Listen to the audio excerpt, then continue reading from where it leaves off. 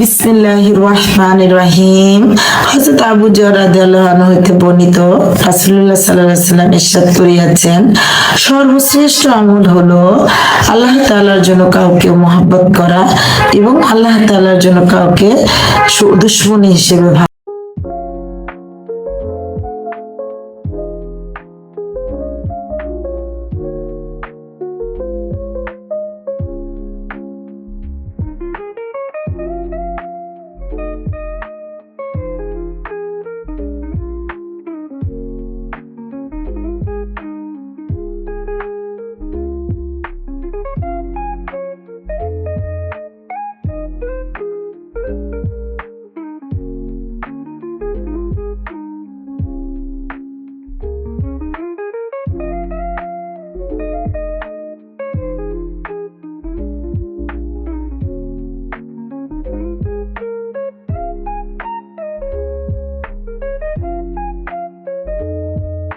বিসমিল্লাহির রহমানির রহিম। আসসালামু আলাইকুম everyone, welcome back to my channel Rosy simple lifestyle blogs.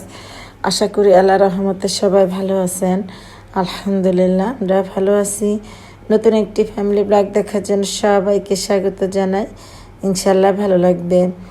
আজকে এই যে সকাল থেকে ব্লগটা শুরু করে দিয়েছি, তা আমার বারান্দা বাগানের কিছু ফুল আপনাদের সাথে শেয়ার করছি। বারান্দা বাগানে এসে মানে ফুলগুলো দেখে মনটা ভরে গেল, তাই একটু আপনাদের সাথে শেয়ার করলাম। যদিও বারান্দার গাছগুলো এখনও জীর্ণ শীর্ণ, মানে তেমন একটা যত্ন নিতে পারছি না। রোজা রমজানের দিন, স্কুল বন্ধ হলেও দেখা যায় সংসারের কাজ অনেক বেশি, তাই সেইভাবে বারান্দা বাগানটাকে যত্ন করতে পারছি না। সারাদিন রোজা রেখে কাজ করে তারপরে আরও তো বাড়তি আছে, ইবাদত করতে হয়। আর এই কারণে মূলত গাছগুলো যত্ন তেমন নিতে পারি না। তো সকালবেলায় এসে এই যে গাছগুলো কিছুটা হালকা পাতলা করে দিয়েছি। এই যে স্পাইডার প্ল্যান্টটা অনেক সুন্দরভাবে হয়েছিল, কিন্তু পানির অভাবে দেখা যায় কি পানি দিব করেও দেওয়া হয় না, তাই এই যত্নের অভাবে গাছগুলো একদম জীর্ণশীর্ণ হয়ে গেছে। তো এসে যে গাছগুলো কিছু মরা পাতাগুলো বেছে দিচ্ছি, পরিষ্কার করে নিচ্ছি। তো একটু আপনাদের সাথে শেয়ার করলাম। তো খুব ভালো লাগছিল গাছগুলোকে দেখে। আমার মনটাও খারাপ হয়ে গিয়েছে। তো এটার ভিতরে গাছ ছিল, তো গাছগুলো মরে গেছে, তাই ফেলে দিয়েছি। এখন পর্যন্ত এটাকে কোনো কিছু করা হয় না, হ্যাঙ্গিং বাস্কেটটাকে। তো এদিকে একটা বাস্কেট আছে হ্যাঙ্গিং, এখানে আবার এই যে গাছগুলোর নাম জানি না যদিও। তো আমার কাছে খুব ভালো লাগে, এটা আমার নিচের ভাড়াটিয়া আপু দিয়েছিলেন। মাশাল্লাহ গাছগুলো কিন্তু অনেক সুন্দর হয়ে মানে উঠেছে। যত্ন করলে আসলে রত্ন মেলে। এই যে আমার নয়নতারা গাছগুলো, দুই ধরনের নয়নতারা গাছ আছে, একটা হচ্ছে এরকম পিঙ্ক কালারের আর একটা আছে হচ্ছে সাদা। তো এখানে আমার কাটা মুকুট গাছও আছে দুই ধরনের, একটা হচ্ছে চিকন চিকন পাতা ছোট আর মোটা পাতা বড়। তো এই যে বড় বড় পাতা আর এই যে ছোট পাতার এই যে ফুলগুলো, এই যে ফুলগুলো নিতে যে ঝরে গেল।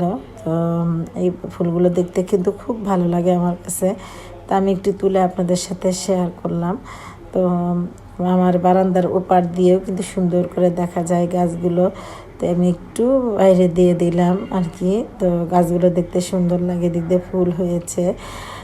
তো বললাম না যে এই যে দেখুন আমার নয়নতারা, সাদা নয়নতারা আর ওই যে ছোট ছোট যে কাটা মুকুট গাছ। তো ফুলগুলো দেখে কিন্তু ভালো লাগছিল, তাই একটু আপনাদের সাথে শেয়ার করে দিলাম। হালকা পাতলা গাছগুলো আছে, যাই হোক দেখি চেষ্টা করব ভবিষ্যতে গাছগুলো সুন্দর করে রিসাইকেল করার। যাই হোক এই যে নয়নতারা গাছের ফুল, সাদা ফুলগুলো দেখতে বেশি ভালো লাগে আমার কাছে। যাই হোক এই যে একটু শেয়ার করে দিলাম আপনাদের সাথে। আমার ছোট্ট একটা বারান্দা আর মোটামুটি গাছ আছে আর কি, গাছগুলো যত্নের অভাবে জীর্ণশীর্ণ হয়ে আছে। তো আমি আপনাদের সাথে আজকে মজার একটা সবজি রেসিপি শেয়ার করব, যেহেতু এটা আমার এই যে প্রতিদিনের রান্নার রেসিপি শেয়ার করার যে চ্যানেলটা আর কি, এই চ্যানেলটা। তো এখানে আমি মুগ ডাল নিয়েছি 1 কাপ পরিমাণে, অল্প স্বল্প রান্না করব আর কি। যদিও অল্প রান্না করি, প্রতিদিন তরকারি থেকেই যায়। দিয়ে দিয়েছি পরিমাণ মতো কাঁচামরিচ। আর যেটা আমি কাঁচামরিচ দিয়ে রান্না করব, শুকনো মরিচ দিব না বা গুঁড়া মাছ মরিচ দিব না, শুকনো মরিচ আর কি পরে বাগার দিয়ে দিব। দিয়ে দিয়েছি টমেটো পিউরি, কতটুকু দিয়েছি আপনাদের দেখিয়ে দিলাম। দিয়েছি আধা চা চামচ আদা রসুন বাটা, পরিমাণ মতো লবণ, হলুদের গুঁড়ো দিয়ে দিলাম 1 চা চামচ, আর জিরার গুঁড়া দিয়ে দিয়েছি আধা চা চামচ। প্রতিদিনই তরকারি থেকে যায় রোজার দিন, তাই একটু অল্প করে রান্না করছি। একটা আলু একটু কেটে এভাবে স্লাইস করে দিয়েছি, যেহেতু আলুটা একটু সিদ্ধতে সময় নিবে, তাই আর কি আলুটা ডালটা একসাথে, মুগ ডালটা একসাথে দিলাম সিদ্ধ করার জন্য। তো এখানে আমি পরিমাণ মতো পানি দিয়ে দিব, ঝালটা আপনারা ইচ্ছা মতো নিতে পারেন। তো আমি এই পরিমাণে পানি দিয়ে দিচ্ছি, আপনারা আপনাদের তরকারির পরিমাণ অনুযায়ী দিবেন। আসলে কি রোজা থেকে সারাদিন পর রাতের বেলায় মনে হয় যে কি খাবো কি খাবো, কি খেলে ভালো লাগবে, আসলে খেতে গেলে কিছুই ভালো লাগে না। তাই আর কি ভাবলাম যে একটু সবজি রান্না করি, তো পাঁচমিশালি সবজি। তো ফুলকপি ছিল কিছু, তো এই ফুলকপিগুলো একটু বড় স্লাইস করে দিলাম, যেহেতু ফুলকপি সিদ্ধ হয়ে যায় তাড়াতাড়ি। তো আলু আর মুগ ডালটা আগে একটু সিদ্ধ করে নিয়েছি, তারপরে দিয়ে দিলাম এই যে ফুলকপি। আর কোনো তরকারি ছিল না, নালে দিতাম। আসলে আলসেমো লাগছিল, ফ্রিজ থেকে গাজর ছিল, গাজরটা বের করে দিতে বিরক্তও লাগছিল। সারাদিন রোজা রেখে রান্না বাড়ার চাপটা বেশি ভালো লাগে না, তারপরও তো নিতে হয়, কারণ রমজান মাসে রান্নার পরিধিটা বেশি থাকে। তো এখানে টমেটো দিয়েছিলাম একটাই যেভাবে কেটে, ছোট একটা। তো যেটা বলছিলাম আর কি, রমজান মাসে কিন্তু বলা হয় কাজ কম কাজ কম, কিন্তু রমজান মাসেই কাজ কিন্তু সবচেয়ে বেশি, কারণ এখন সন্ধ্যা রাতে রান্না, ভোর রাতে রান্না, তারপরে আবার ইফতার তৈরি করা, তো বিভিন্ন রান্না এসে পরিমাণটা বেড়েই যায়। তো এখানে এই যে আলুটা প্রায় সিদ্ধ হয়ে গেছে, আর ফুলকপিটা তো সিদ্ধ হয়েই গেছে। আরেকটু অবশ্য আগে দেওয়ার দরকার ছিল মসুর ডালটা, তো অন্য কোনো কাজে ছিলাম, আসলে দিতে ভুলে গিয়েছিলাম। পরে এসে যে মসুর ডালটাই এখন দিয়ে দিলাম, এখানে আধা কাপ মসুর ডাল দিয়ে দিলাম। তো আমি একদম বেশি ঘন করে রান্না করব না, আবার পাতলা করেও রান্না করব না, এখন একদম ঢেকে দিয়ে যেন ডালটা সিদ্ধ হয়ে যায় তাড়াতাড়ি সেভাবে দিয়ে দিব। আর মসুর ডাল সেহেতু সিদ্ধ হতে বেশিক্ষণ লাগবে না, তো ঢেকে দিলাম, দিয়ে কিছুক্ষণ রান্না করে নিলেই মসুর ডালটা সিদ্ধ হয়ে যাবে। তো অলরেডি সিদ্ধ হয়েও গেছে, তা আমি এখন বাগার দিয়ে দিব। তো এখানে দিয়ে দিলাম পরিমাণ মতো তেল, তারপরে দিয়ে দিব কয়েকটা শুকনো মরিচ। ঝালটা আপনারা ইচ্ছা মতো নিতে পারেন, বলেছি আগে। তো এরকম একটা সবজি রান্না করলে কিন্তু ভাত খাওয়া যায় দ্বিগুণ। এইভাবে রান্না করে দেখবেন। এই যে দেখুন, মাশাল্লাহ, দেখতে যেমন কালারেবল হয়েছে, খেতেও কিন্তু বেশ মজা হয়েছে। এই যে ডালগুলো কিন্তু সিদ্ধ হয়ে গেছে অলরেডি, আর হচ্ছে ফুলকপিটাও কিন্তু একটু সিদ্ধ বেশি হয়ে গিয়েছিল। যাই হোক, এই যে মরিচটাকে একটু ভেজে নিব, মানে এর ফ্লেভারটা যেন তেলের ভিতরে চলে আসে। তো তারপরে দিয়ে দেবো পেঁয়াজ, এখানে আমি বড় বড় দেখে 2টা পেঁয়াজ কুচি করে নিয়েছি। এখন এই যে ভেজে নিব সুন্দর করে। তো যখন পেঁয়াজটাতে একটু কালার আসবে, লালচে লালচে কালার আসবে, একেবারে কিন্তু পোড়া পোড়া কালার করব না, তাহলে দেখতে কিন্তু ভালো লাগবে না, সবজিটা খেতেও ভালো লাগবে না, দেখতেও ভালো লাগবে না আর কি। তো একটু হালকা লাল লাল কালার যখন আসবে তখন সবজিতে দিয়ে দিব, কিন্তু দেখতে খুব সুন্দর লাগবে দেখবেন।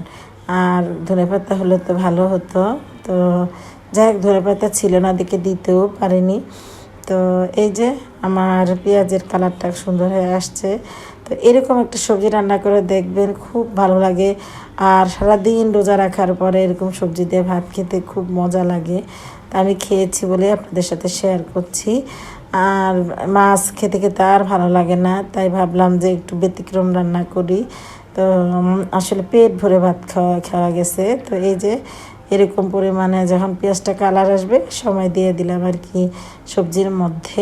তো এখন সবজিটাকে উল্টে পাল্টে সুন্দর করে রান্না করে নামিয়ে নেব। তো এর ঘনত্বটুকু আপনাদের দেখিয়ে দিচ্ছি, যে দেখুন কেমন। আর একটু জাল দিলে আর একটু ঘন হয়ে যাবে, আবার ঠান্ডা হয়ে গেলে আর একটু ঘন হয়ে যাবে, কারণ এটা ডালের তরকারি যেহেতু, ডালটা তো ঘন হয়ে যায়। দেখুন কালারটা কত সুন্দর হয়েছে। ওই যে বলেছি, খেতেও কিন্তু বেশ মজা হয়েছে। এভাবে ট্রাই করে দেখবেন আর আমাকে কমেন্টস করে জানাতে পারেন কেমন হয়েছে। তো ভিডিওর কোনো প্রান্তে কোনো জায়গায় যদি একটু ভালো লাগে একটা লাইক দিতে পারেন। এই যে দেখুন ঘনত্বটা। তো আর আমাকে পাশে থাকতে পারেন, আমি ইনশাল্লাহ আপনাদের পাশে থাকব। আমি যদি কারো ভিডিওতে যাই অবশ্যই 100% ভিডিওই দেখি, তবে ছোট ছোট কমেন্টস করি, এরপর এছাড়া আমার পক্ষে সম্ভব না বড় কমেন্টস করা। যাক, খেতে বসে গিয়েছি, আপনারা দেখুন খেতে বসে গেলাম। তো আজকের ভিডিওটা এই পর্যন্ত। সবাইকে রমজানের শুভেচ্ছা জানিয়ে আবার শেষ করছি। সবাই ভালো থাকবেন, 5 ওয়াক্ত নামাজ পড়বেন, কোরআন শরীফ পড়বেন। আল্লাহ হাফেজ, আসসালামু আলাইকুম।